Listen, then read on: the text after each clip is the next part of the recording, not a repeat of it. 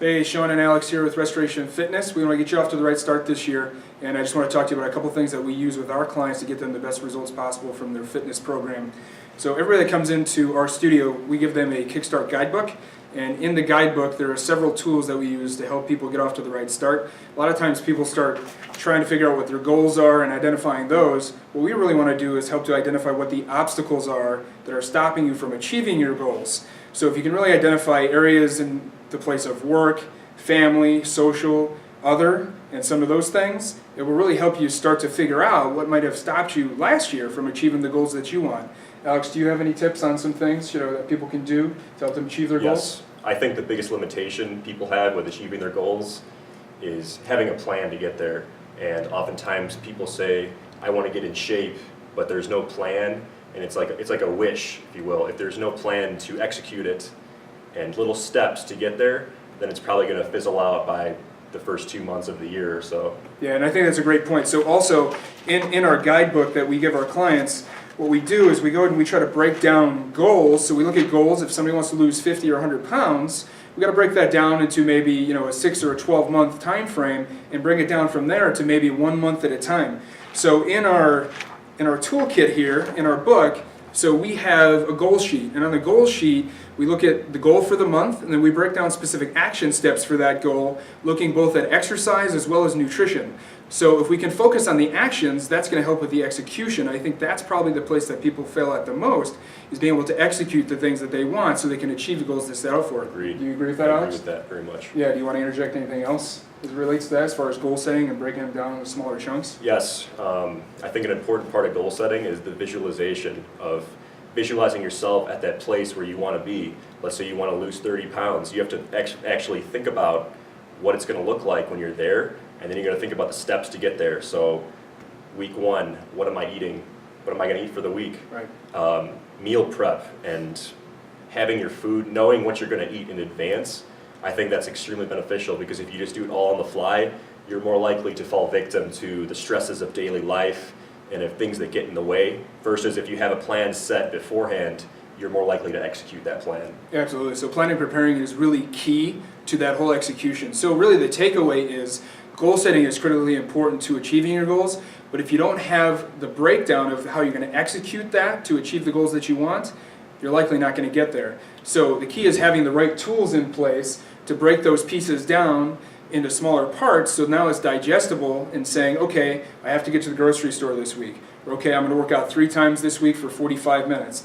Now you have manageable pieces that you can check the box on each week to say, okay, completed this, completed that, then by the end of the month now you can really tally where you're at and where you're going from there. Absolutely. And I think not only with fitness, but with anything else in life, having like a success journal where you have the tasks that you want to accomplish every day, and once you accomplish them, you cross it off. It's giving you like a stimulus in your brain that I've achieved this today, and now I can move on to the next task. Absolutely. And so 90% of what we do every day is habitual, and those habits start really early in life. And so in order to change habits, the rule of thumb was always it takes 21 days. I don't think that to be true, especially after being in the industry for 20 years. What we have to do is we have to try to be consistent in what we do and take really small steps, one piece at a time. Just focus on 1 or 2 things instead of looking at 20 things. That makes it much more manageable and doable to accomplish and really achieve what you want. Absolutely, and I think people think about the details more than the big picture at times, especially when starting out. Like the very first thing you should think about is just how much water am I drinking, and getting water the right intake, half your body weight in ounces per day. Once you eliminate drinking sodas and that sort of stuff, just drinking the water alone, you're going to get a result from that alone. And then from there, you add on little things like, okay, I'm going to cut down on the carbohydrates that I'm eating. I'm going to focus more on protein, and other little details like that are going to make you successful. Yeah, absolutely. Slowly, one step at a time. Yeah.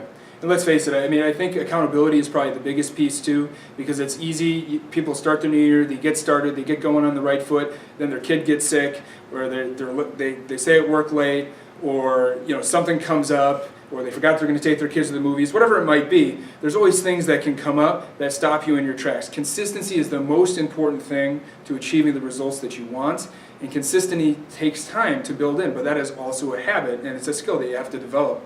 And that's something that we work with a lot with our clients in terms of trying to build those habits just in small chunks over time. So basically, to add to that, I found that many people get all gung-ho on a program immediately, and then the life stressors come into play, and they're not prepared to handle those things. You need to beforehand plan in advance. If this happens, I'm going to stay the course no matter what. You need to have a second plan, like if something random happens that affects your diet or your ability to train, then you need to get right back on course immediately rather than fall off the wagon completely, do nothing for 6 months, and start all over again.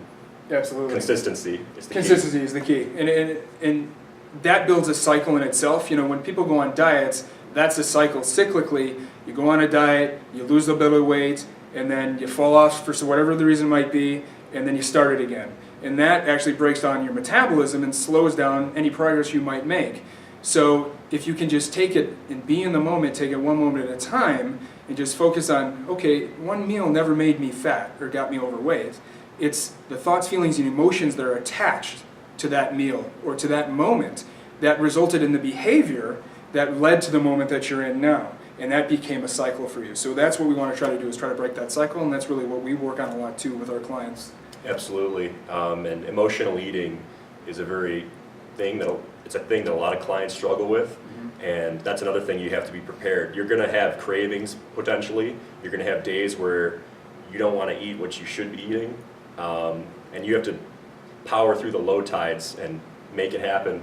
Yeah, absolutely. So to circle back to some of the tools that we use initially, we look at setting goals and action steps, but really looking at those obstacles again. And I think when you identify obstacles, you identify things that would stop you from achieving what it is that you want, and that's really the key. So in order to be successful moving into the new year, identify your obstacles, break them down into categories. Look at your work life, look at your family life, look at your social life, and look at anything else that might stop you. Take 5 minutes and set a timer and fill out those categories and look at those and reflect on them. You'll be shocked at what you see and what comes up, and that's going to be the key to making you successful in 2016.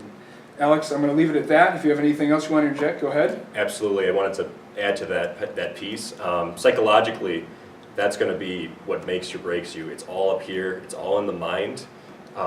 If you think negative thoughts about yourself, your actions will project those negative thoughts. So if you think positively, like, I'm going to be able to do this, say empowering things like, I can do this, I will be successful, and this is going to be great, and I'm going to have fun, you're going to be more successful versus a negative attitude that I'm going to mess up the diet, I'm going to mess up the training. Think positive. That will get you successful. Absolutely. So best of luck to you in 2016. For all of our clients out there, we're here for you this year, and we're going to do everything we can to get you the results that you want in the shortest time possible. Otherwise, we're out, and we'll see you next week. Bye-bye.